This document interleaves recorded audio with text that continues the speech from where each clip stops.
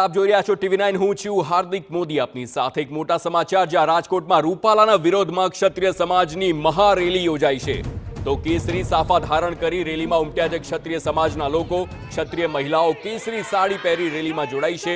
રેલીમાં 300 થી 350 લોકોની હાજરીમાં બાબતે માંગવામાં આવી હતી મંજૂરી। તો બહુમાળી ચોક ખાતે મોટી સંખ્યામાં પોલીસ બંદોબસ્ત ગોઠવવામાં આવ્યો છે।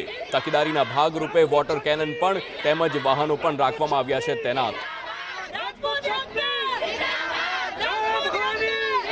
રૂપાલાની ટિકિટ રદ કરવાની માંગને લઈને ક્ષત્રિય સમાજ રોષમાં છે। આપ જે પ્રકારે દ્રશ્યો જોઈ રહ્યા છો, આ દ્રશ્યો છે તે રાજકોટના કલેક્ટર ઓફિસના દ્રશ્યો છે કે જ્યાં અત્યારે મોટી સંખ્યામાં આજે ક્ષત્રિય સમાજની મહિલાઓ છે તે કેસરી કલરના સાડી સાથે પહોંચ્યા હતા અને સાથે સાથે કેસરી સાફા સાથે મોટી સંખ્યામાં યુવાનો છે તે પહોંચ્યા હતા। એક જ માંગ છે કે પરસોત્તમ રૂપાલા છે તેની ટિકિટ રદ થવી જોઈએ ને એ જ માંગ સાથે જ જે પ્રકારે દ્રશ્યો જોઈ રહ્યા છો કે આખા કલેક્ટર કચેરીના કમ્પાઉન્ડમાં જ્યાં જુઓ ત્યાં રાજપૂત સમાજના લોકો છે તે એકત્ર થતા જોવા મળી રહ્યા છે અને એક જ માંગ છે કે પરસોત્તમ રૂપાલાની ટિકિટ છે તે રદ થવી જોઈએ। આજે સવારથી રાજકોટમાં આ એક પ્રકારની મહત્વની બેઠક અને બેઠક બાદ મોટી સંખ્યામાં રાજપૂત સમાજના લોકોની હાજરીમાં જે આવેદનપત્ર આપવામાં આવ્યું અને તેમાં પરસોત્તમ રૂપાલા વિરુદ્ધ સૂત્રોચ્ચાર છે તે કરવામાં આવ્યો અને માત્ર રાજકોટ નહીં પરંતુ આસપાસના જિલ્લાઓમાંથી પણ લોકો છે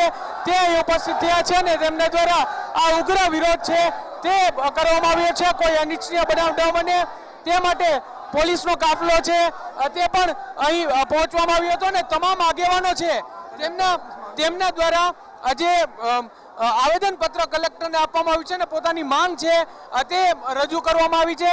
ક્ષત્રિય સમાજના જે વિવિધ આગેવાનો છે તેઓ પહોંચ્યા હતા અને તેમના દ્વારા આ આવેદનપત્ર છે તે આપવામાં આવ્યું હતું ને હવે તમામ જે આગેવાનો છે તેઓ અહીં જે તમામ લોકો આવ્યા છે તેમને કાયદો અને વ્યવસ્થાની સ્થિતિ ન કરે તે માટે સમજાવી રહ્યા છે અને તેને અહીંથી બહાર છે તે આંદોલન જે ચાલુ રહેશે અને તેને લઈને જે વાતચીત થઈ છે તેને લઈને અત્યારે પહોંચી રહ્યા છે। જે પ્રકારે દ્રશ્ય જોઈ રહ્યા છો કે કલેક્ટર ઓફિસના કમ્પાઉન્ડમાં મોટી સંખ્યામાં રાજપૂત સમાજના લોકો છે તેઓ એકત્ર થયા છે અને તેમના દ્વારા જે આવેદનપત્ર આપી અને એક પોતાની રજૂઆત છે તે સરકાર સુધી પહોંચવાનો પ્રયત્ન કરવામાં આવ્યો છે।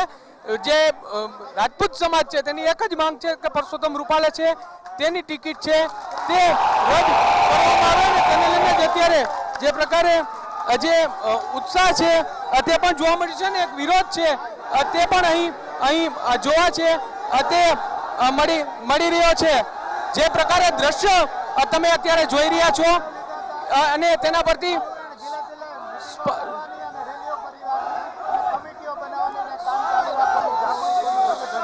સ્પષ્ટપણે જોઈ શકાય છે।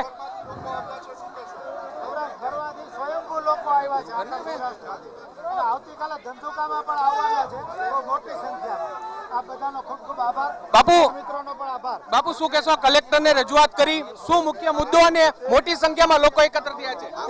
એક જ વાત છે કે શ્રી પરસોત્તમભાઈ રૂપાલાની ટિકિટ રદ એટલે રદ। એક જ અવાજ છે કે ટિકિટ રદ એટલે રદ। બાપુ આજે જે રીતે અટકાયતનો દોર શરૂ થયો, કરણી સેનાના પ્રમુખને અટકાવ્યા, જે મહિલાઓ આત્મહત્યાની વાત કરી હતી તેમને પણ અટકાવ્યા, શું કહેશો આને લઈને? એ એક કાયદાકીય પગલું છે પણ આગેવાનને કોઈને બિનજરૂરી રીતે અટકાવાય નહીં, એનાથી શાંતિમાં વધારે ખલેલ પહોંચે છે। એટલે અમે અપીલ કરીએ છીએ સરકારશ્રીને વહેલી તકે મુક્ત કરો। આગામી કાર્યક્રમ શું રહેશે?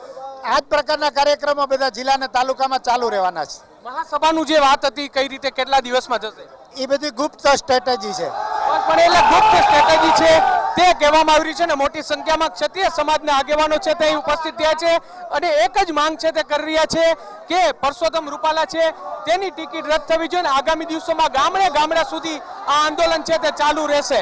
કેમેરા પર્સન ભાવેશ લશ્કરી સાથે મોહિત ભટ્ટ, TV9 રાજકોટ।